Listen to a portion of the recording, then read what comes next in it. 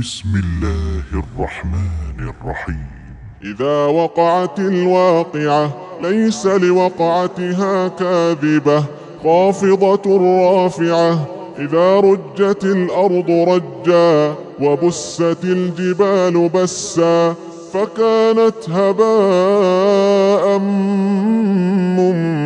منبثا وكنتم أزواجا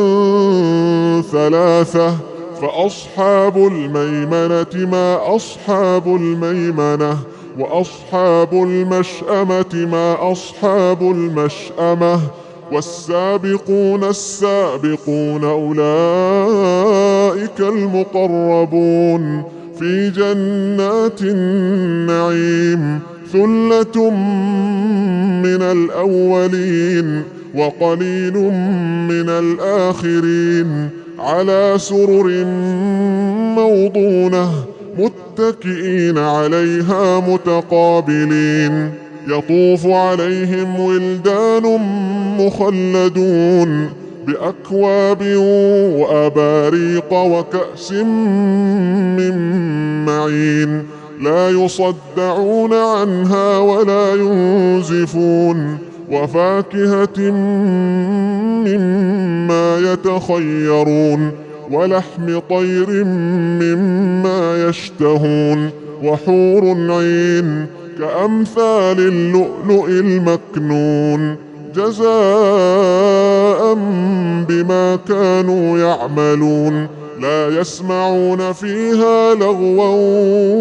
ولا تأثيما إلا قيلا سلاما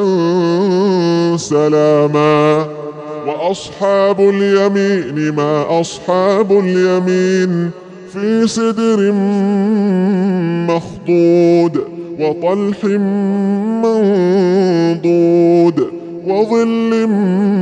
ممدود وماء مسكوب وفاكهة كثيرة لا مقطوعة ولا ممنوعة وفرش مرفوعة إنا أنشأناهن إن شاء فجعلناهن أبكارا عربا أترابا لأصحاب اليمين ثلة من الأولين وثلة من الآخرين. وأصحاب الشمال ما أصحاب الشمال في سموم وحميم وظل من يحموم لا بارد ولا كريم إنهم كانوا قبل ذلك مترفين وكانوا يصرون على الحنث العظيم وكانوا يقولون أئذا متنا وكنا ترابا وعظاما أئنا لمبعوثون أو آباؤنا الأولون قل إن الأولين والآخرين لمجموعون إلى ميقات يوم معلوم ثم إنكم أيها الضالون المكذبون لآكلون من شجر من زقوم فمالئون منها البطون فشاربون عليه من الحميم فشاربون شرب الهيم هذا نزلهم يوم الدين نحن خلقناكم فلولا تصدقون أفرأيتم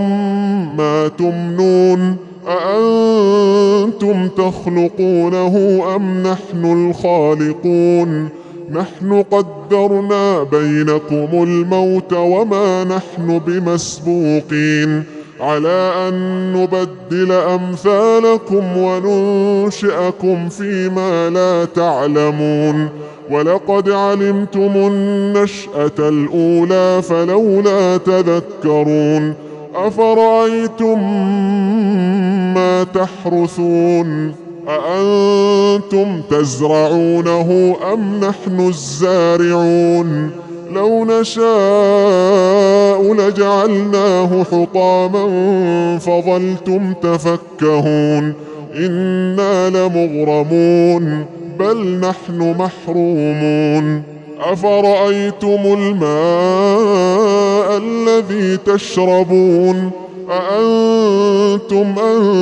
أنزلتموه من المزن أم نحن المنزلون لو نشاء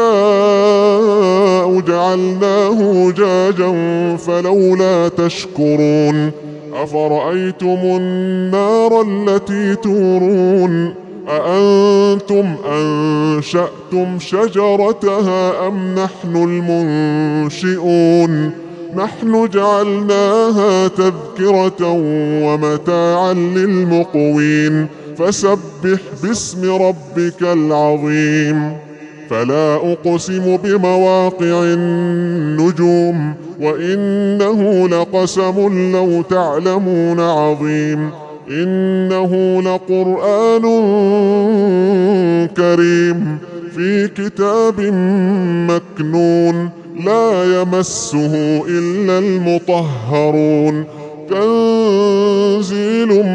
من رب العالمين أفبهذا الحديث أنتم